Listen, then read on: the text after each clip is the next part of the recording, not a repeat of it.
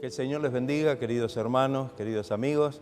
Es un gozo poder nuevamente estar conectados de esta manera para poder juntos alabar el nombre del Señor, escudriñar la palabra de Dios y pedir que el Señor realmente pueda estar obrando en nuestras vidas. ¿Cómo están, queridos hermanos? Agradecidos y gozosos porque un domingo más nos podemos reunir, nos podemos juntar para alabar, bendecir el nombre del Señor y para transmitir su palabra. Le damos gracias a Dios por esta oportunidad que Él nos da de poder predicar el mensaje de Cristo. Vamos a comenzar cantando, uniendo nuestras voces y alabando y bendiciendo el nombre del Señor.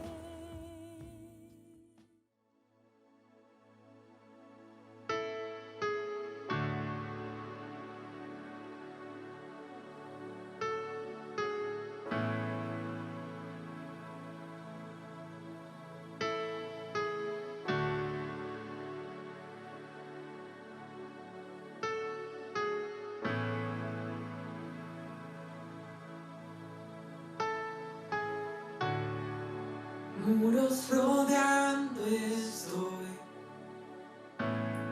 pensé que caerían hoy, mas nunca me has fallado, Dios.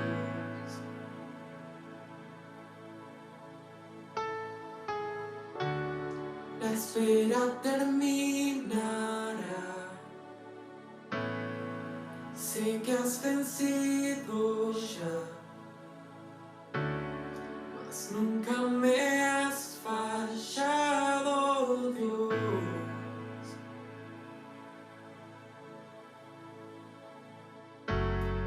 En ti confiaré, tu promesa sigue en pie, tú eres fiel, confiado andaré.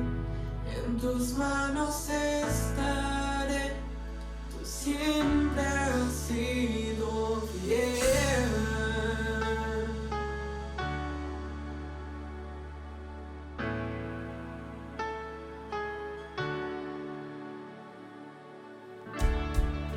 La noche acabará, tu palabra se cumplirá. Mi corazón te alabará.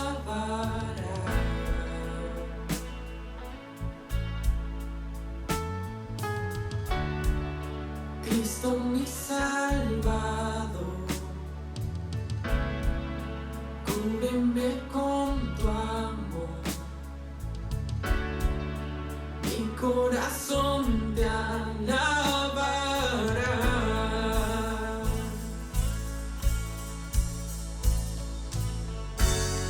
En ti confiaré, tu promesa sigue en pie, tú eres fiel, confiado andaré, en tus manos estaré, tú eres fiel, en ti confiaré, tu promesa sigue en pie, tú eres fiel, confiado andaré, en tus manos estaré, tú siempre has sido fiel.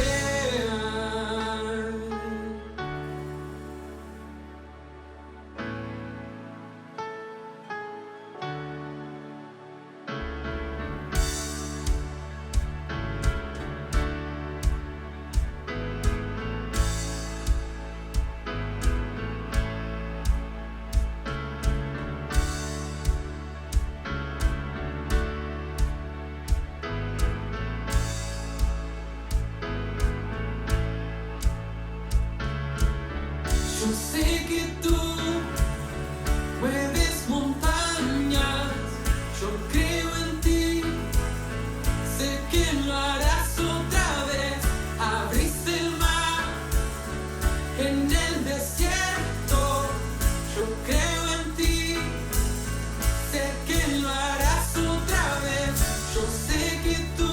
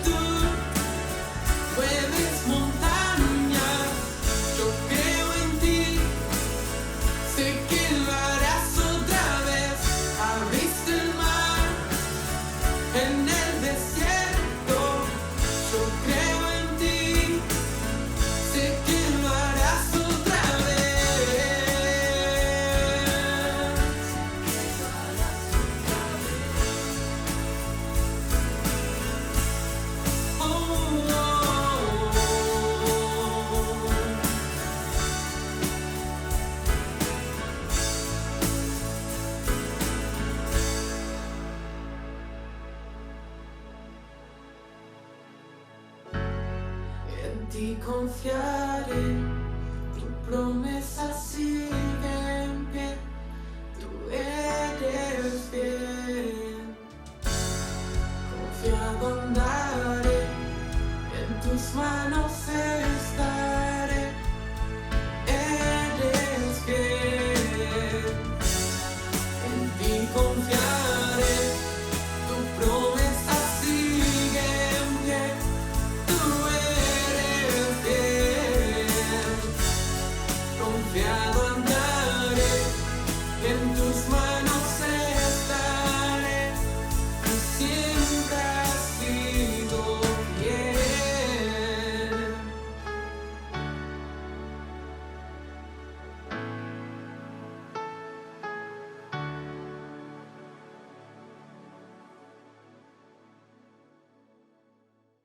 Leemos la palabra del Señor en la primera carta del apóstol Pedro, en el capítulo 4, los versículos del 1 y 2.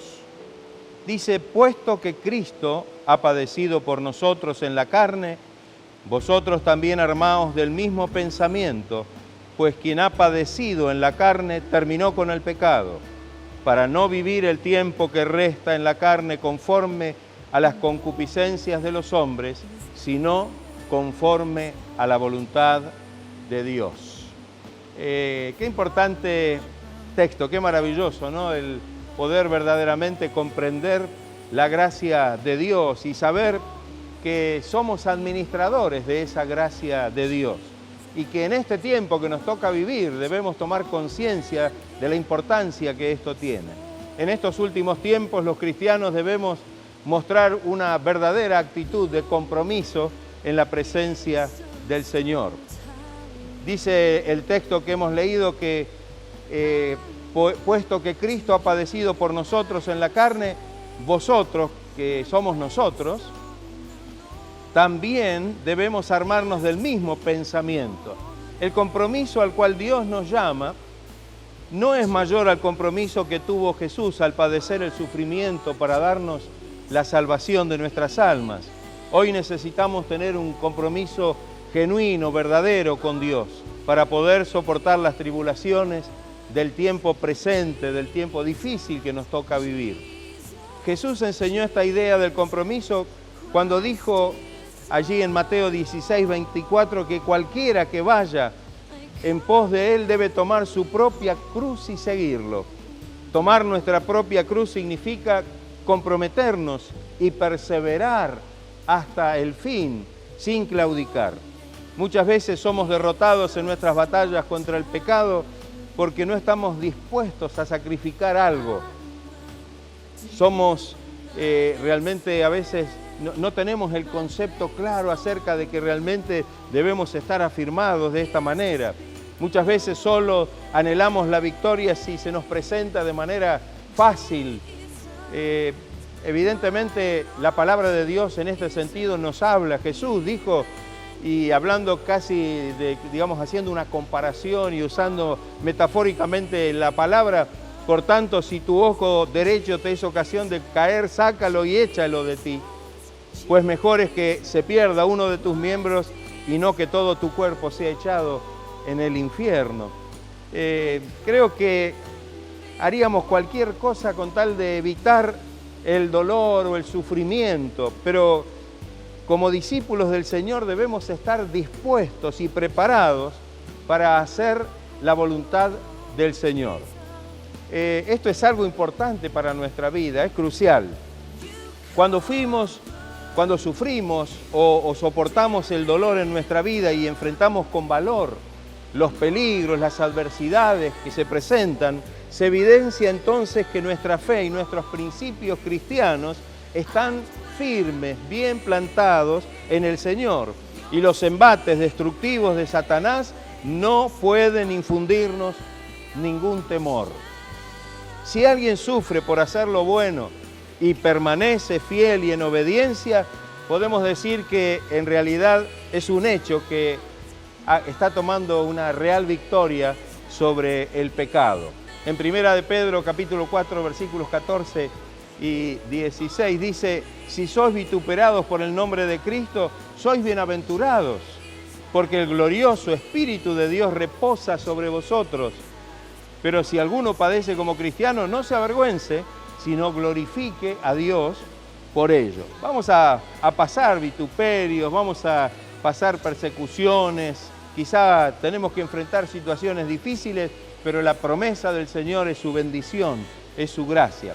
El término que dice en el texto que leímos al principio, dice que la frase terminó con el pecado, se refiere al estado espiritual de alguien que habiendo soportado el sufrimiento resultó victorioso, pudo obtener la victoria, pues ha roto con una vida totalmente esclavizada al pecado. No significa esto que ya no vamos a cometer ninguna falta, ningún error o ningún pecado, sino que en realidad nuestra vida pasada, que había estado dominada por el poder del pecado, ha quedado atrás. Se ha terminado ese dominio del pecado sobre nuestra vida. Por eso dice el versículo 2, para no vivir el tiempo que resta en la carne, es decir, el tiempo que nos queda de vida aquí en la tierra, conforme a las concupiscencias, a los pecados de los hombres, sino conforme a la voluntad de Dios. Los cristianos en este tiempo debemos vivir con sabiduría, con la sabiduría que viene del Señor. Los versículos 3 al 5 dicen, baste ya el tiempo pasado para haber hecho lo que agrada a los gentiles, andando en lascivias, concupiscencias, embriagueces, orgías, disipación y abominables idolatrías.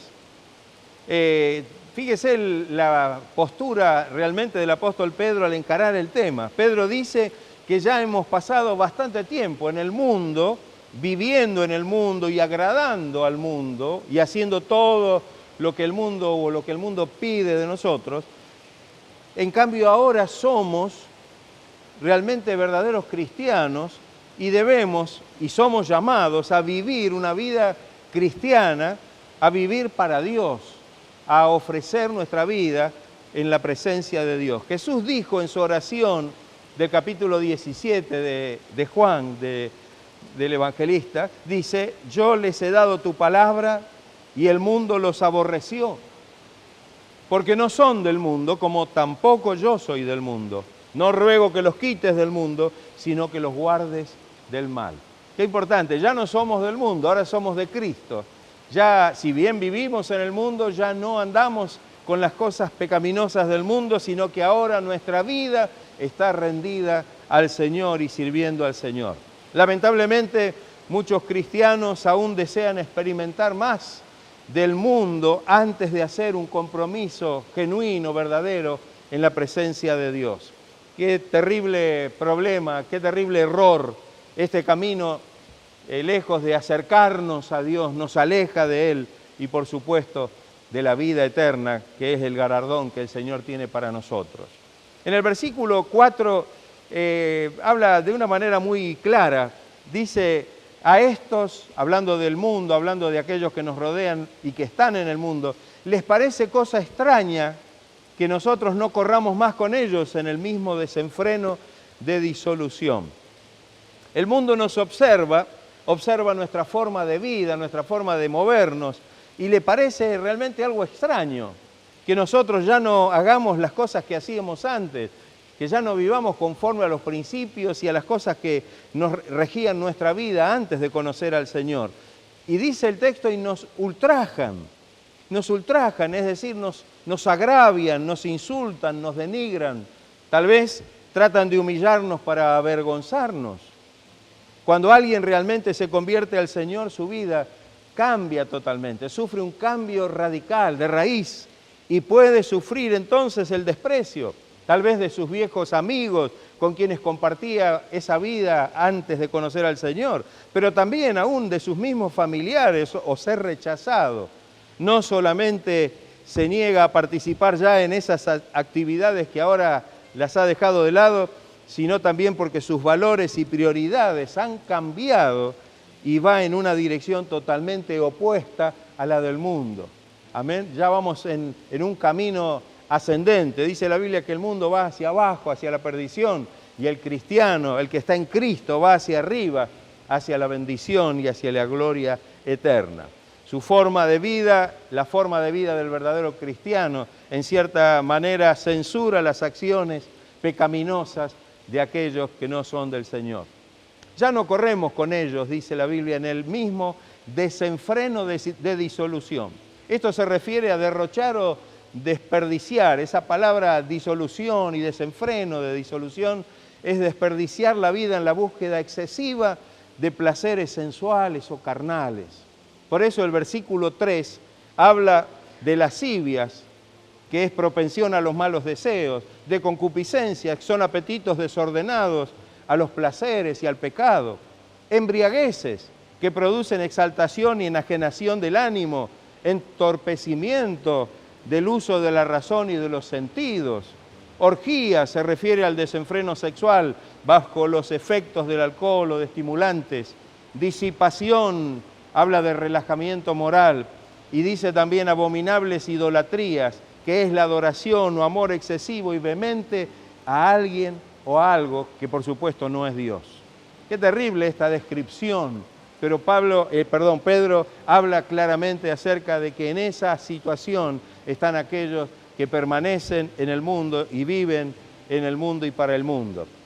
En el versículo 5 del pasaje dice, pero ellos darán cuenta al que está preparado para juzgar a los vivos y a los muertos. Mire, la base de la salvación es la fe en Jesucristo. Amén. Somos salvos por la fe, bien claro está en la Biblia. Pero la base para el juicio es qué hemos hecho o cómo hemos vivido. Esto realmente es muy claro. Somos salvos por medio de la fe, pero aquellos que deben enfrentar el juicio de Dios lo harán en base a lo que han hecho con su vida. Estos están condenados al castigo cuando estén delante del trono de Dios. En 2 de Pedro, capítulo 2, versículo 9, la versión NBI dice, todo esto demuestra que el Señor sabe librar de la prueba a los que viven como Dios quiere y reservar a los impíos para castigarlos en el día del juicio. En el verso 6 dice la palabra del Señor en este mismo pasaje de 1 de Pedro capítulo 4, porque por esto también ha sido predicado el Evangelio a los muertos, para que sean juzgados en carne según los hombres, pero vivan en espíritu según Dios. Pedro dice que por medio de este juicio eterno el Evangelio fue predicado a los muertos. Los muertos justos saben y viven con conciencia constante de la realidad de la eternidad y son recompensados por este entendimiento para que vivan en espíritu según Dios. Una vida espiritual gloriosa y eterna que Dios tiene preparado.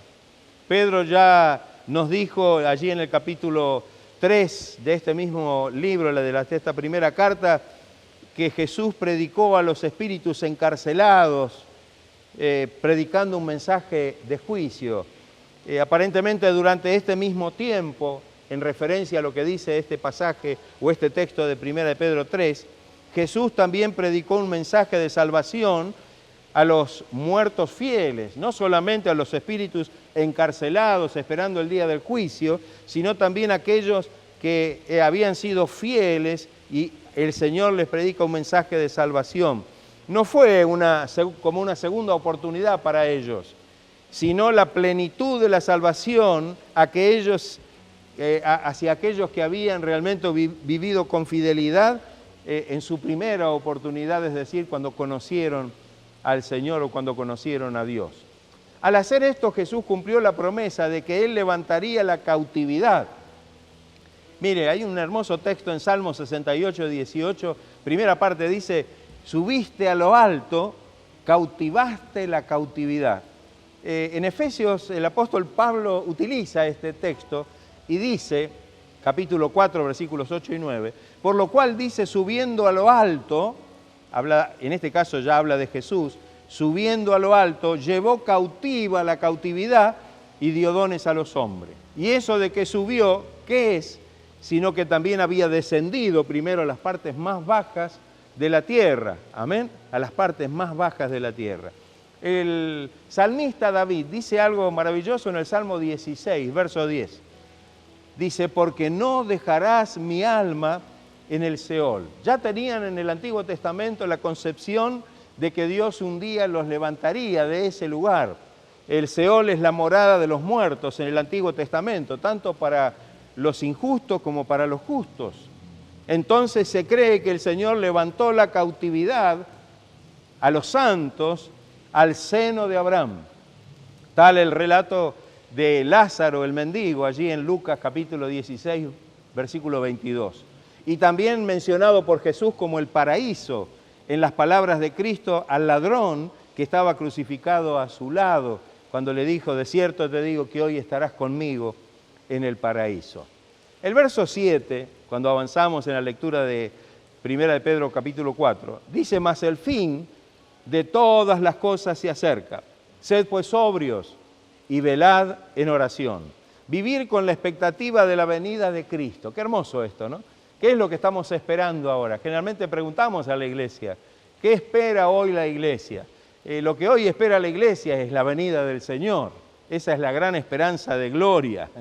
Y esto es algo maravilloso. Si en verdad creemos que estamos viviendo en los últimos tiempos, lo más apropiado es que nos entreguemos a la oración. Por eso dice el texto, sed pues sobrios y velad en oración. Es decir, estar velando, despiertos, atentos. Dice la palabra del Señor que cuando veamos que las cosas que están escritas en la Biblia se cumplen, levantemos nuestras cabezas porque la redención está cerca. Estar listo para encontrarnos con Él implica crecimiento continuo en amor a Dios y también hacia los demás. En el versículo 8, de una manera muy maravillosa, dice, y ante todo, tened entre vosotros ferviente amor, porque el amor cubrirá multitud de pecados. En vista de la venida del Señor, los cristianos deben vivir con una actitud de amor. Por supuesto, como dijimos, primeramente amor a Dios, amor hacia la obra de Dios, amor hacia nuestros hermanos, amor hacia nuestro prójimo y aún amor hacia nuestros enemigos para poderlos llevar a los pies de Cristo. Cuando abunda el amor y la comunión entre los cristianos, muchas ofensas o faltas pasan inadvertidas, pasan por alto, se olvidan fácilmente. Pero cuando no está el amor de Dios, cuando falta el amor de Dios en los corazones, cada palabra puede ocasionar un problema, una discusión, una contienda. Cada acción puede generar un malentendido o un gran conflicto. Y esta es una gran realidad. El amor entonces nos exige la práctica de lo que el Señor enseñó muy claramente, que es el perdón. Dice el apóstol Pablo, vestíos pues como escogidos de Dios, santos y amados, de entrañable misericordia, de benignidad, de humildad y mansedumbre y de paciencia, soportándoos unos a otros y perdonándoos unos a otros si alguno tuviere queja contra otro.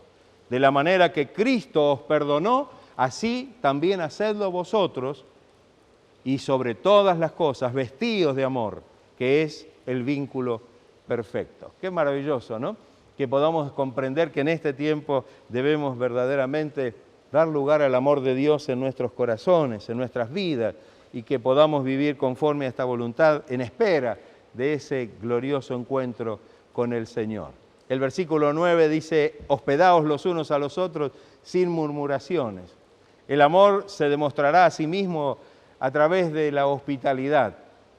La práctica de la hospitalidad puede llegar a ser difícil, puede llegar a tener un costo, no es fácil hospedar a nadie.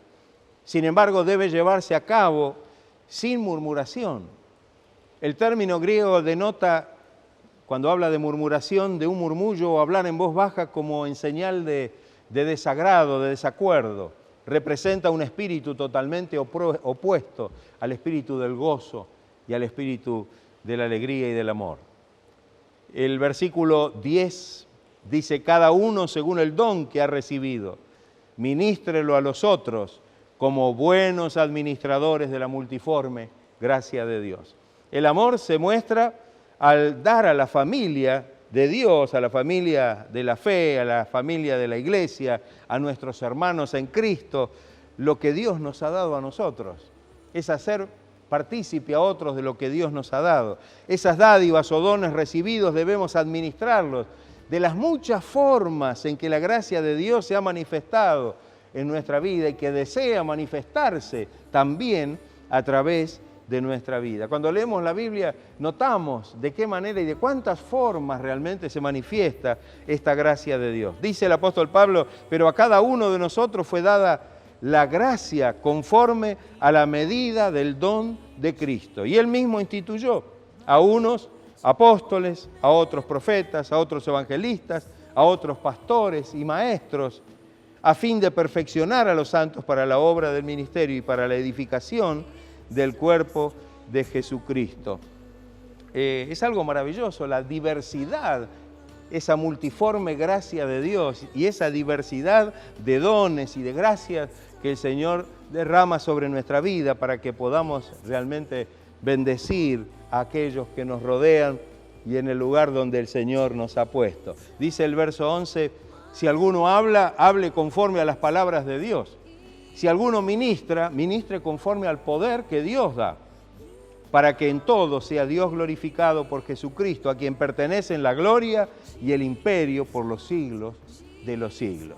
Pedro dice que todos tenemos algún don, todos recibimos de Dios algún don, y menciona Pedro específicamente en este pasaje el hablar y el servicio.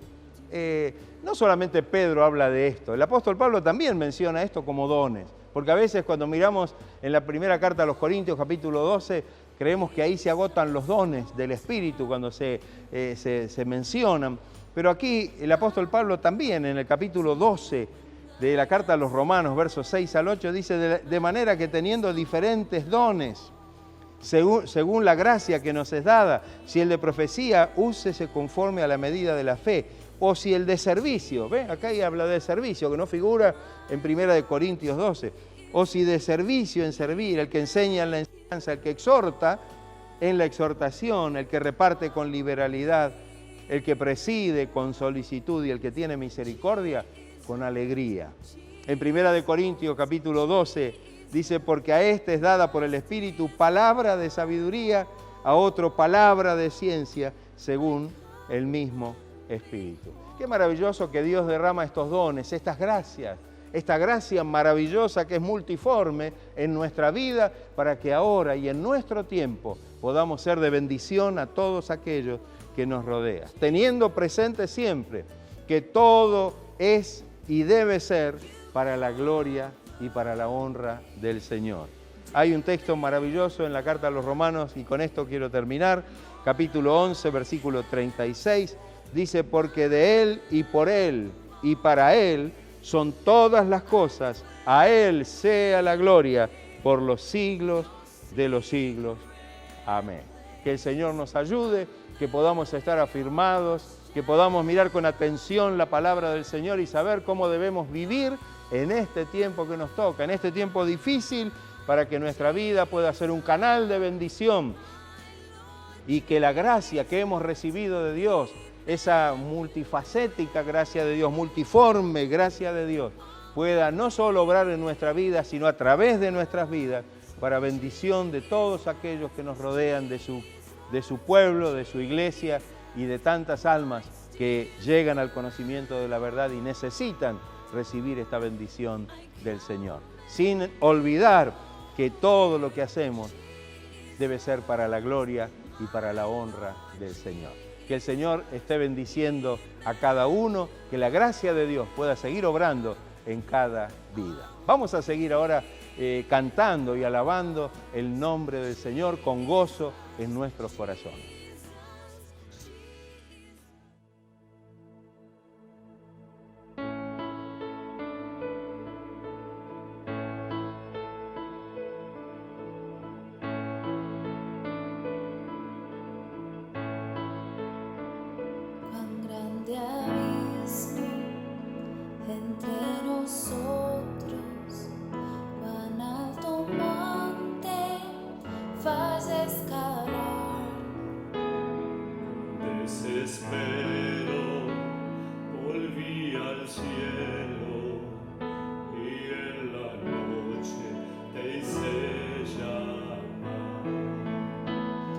Cielo oscuro, tu amor profundo cruza la sombra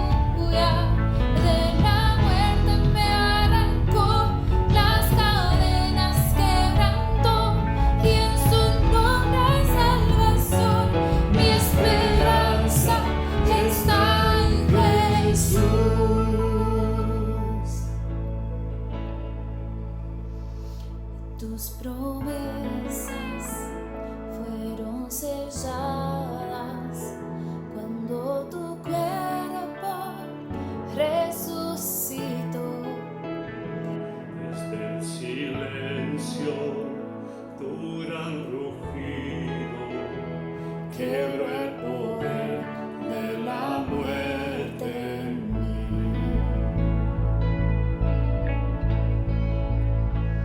Y tus promesas fueron selladas cuando tu cuerpo resucitó. Desde el silencio del gran rugido quebró el poder de la muerte en mí. La victoria está en ti.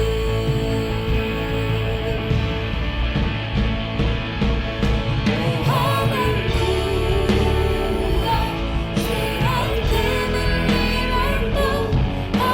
Aleluya, de la muerte me arrancó, las cadenas quebrantó, y en su nombre salvación, mi esperanza está en Jesús. Aleluya, sea el que me libertó. Aleluya, de la muerte me arrancó, Las cadenas quebrantó y en su nombre hay salvación. mi esperanza está en Jesús. Mi esperanza está en Jesús. Y bueno, queridos hermanos, hasta aquí el Señor nos guió y nos bendijo. Le damos las gracias porque pudimos cantar y alabar su nombre y pudimos escuchar la palabra que edifica nuestras vidas. Y bueno, ahora ya estamos por despedirnos y agradecidos a nuestro Señor porque hasta aquí nos ha ayudado, hasta aquí nos ha guardado y por eso alabamos y glorificamos su nombre. Vamos a estar orando juntos, pidiendo al Señor su bendición. Si hemos tenido una petición en nuestro corazón, es el momento de poder unir nuestras voces, nuestros corazones en la presencia del Señor y orar para que el Señor pueda obrar en nuestras vidas y traer bendición. Señor, te damos gracias por este tiempo maravilloso que tú nos has dispensado, Señor, en el cual hemos podido, Señor, recibir tu bendición, gozarnos, sentir tu presencia. Señor, que tu gracia pueda estar obrando, si hay peticiones en los corazones de mis hermanos, de mis amigos. Señor, que tú extiendas tu mano de poder sobre cada vida. Si hay alguien enfermo, que tú lo sanes y que tu gracia divina pueda estar obrando, trayendo paz, fortaleza, libertad, Señor. Bendice a las familias, los hogares y que tu bendición pueda ser abundante, Señor, supliendo toda necesidad. Todo lo pedimos en el nombre glorioso de Jesucristo, para la gloria de su nombre. Amén. Gracias, Señor amado. Gracias, Señor. Gracias, Señor. Gracias, Jesús amado. Gracias, Señor. Gloria a Dios. Hermanos, les amamos con el amor de Cristo Jesús. I come